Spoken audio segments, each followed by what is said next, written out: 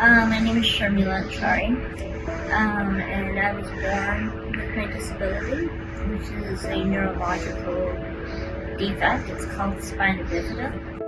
Hi, my name is Jenna Shields. I'm of the Glasgow branch, and I am hard of hearing, deaf since birth.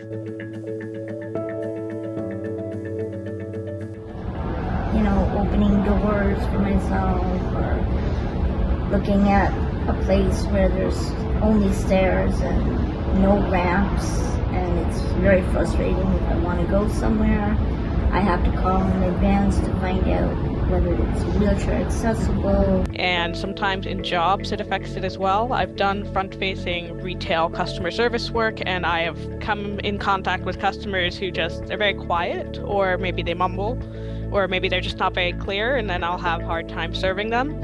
And even in just day-to-day stuff, sometimes I can't hear cars coming, so I have to look before I cross the street. Sometimes I have a hard time hearing just the noises in my own apartment, like if the kettle is done and stuff like that. So there's a lot of things that I need devices to help me with, like my hearing aids and such. My biggest one is, I love it, is when somebody comes to me and says, "Oh, let me push you, it'll be faster." And little do they know that I probably could push myself faster than they can push me. So I guess that barrier is that people want to try to help me when I don't need the help. That's a big barrier.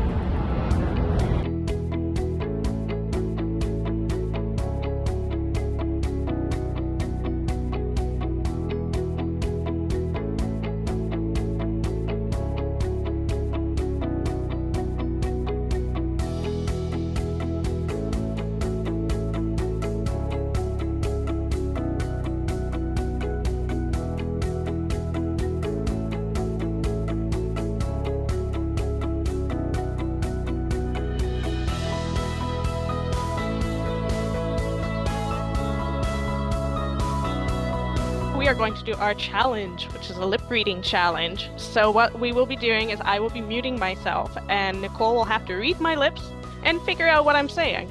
Wish me luck. Luck. All right, I'm going to mute myself, and I will put up a number on my hand for which phrase it is. Okay.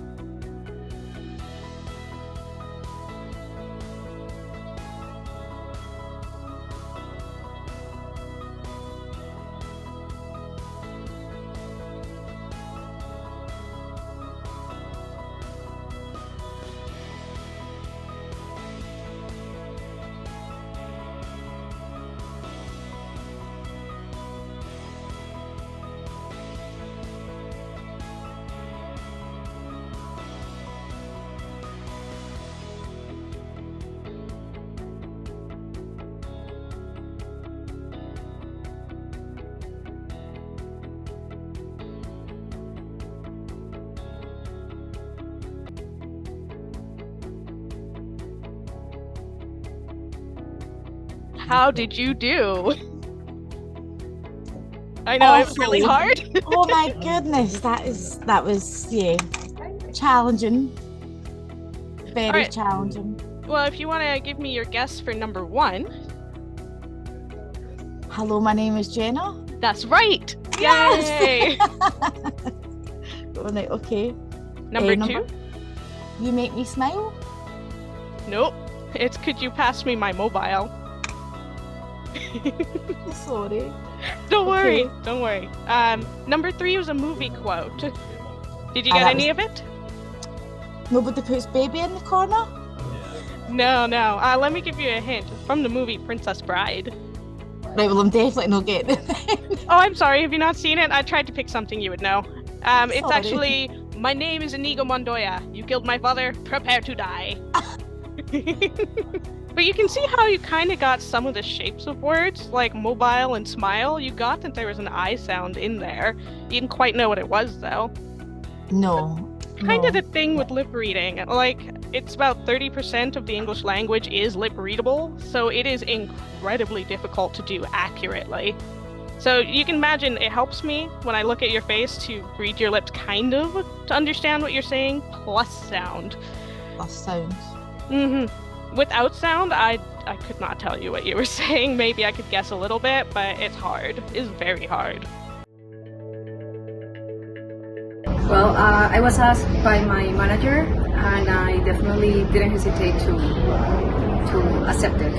Honestly, Jenna, I've worked with you for a very long time, and I think it's overdue that I should understand a bit more of what you have to go through. I wanted to give a bit back just to see what you have to go through each day. Well, my perspective was very superficial. Well, I understand the difficulties people with some disabilities can endure every day. However, after the challenge, I noticed how the lack of independence that it feels and is overwhelming, not only for the physical, but for the emotional.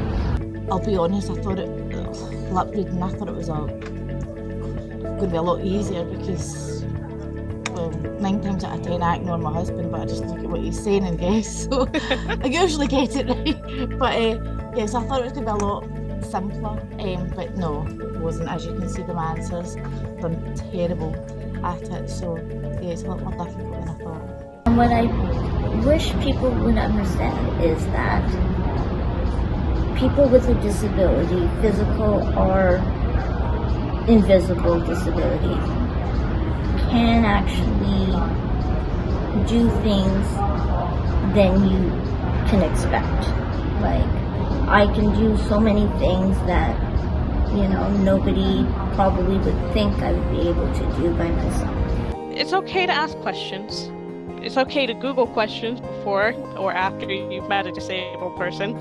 Like, you're gonna not know things if you're an able person and you haven't encountered disabled people before.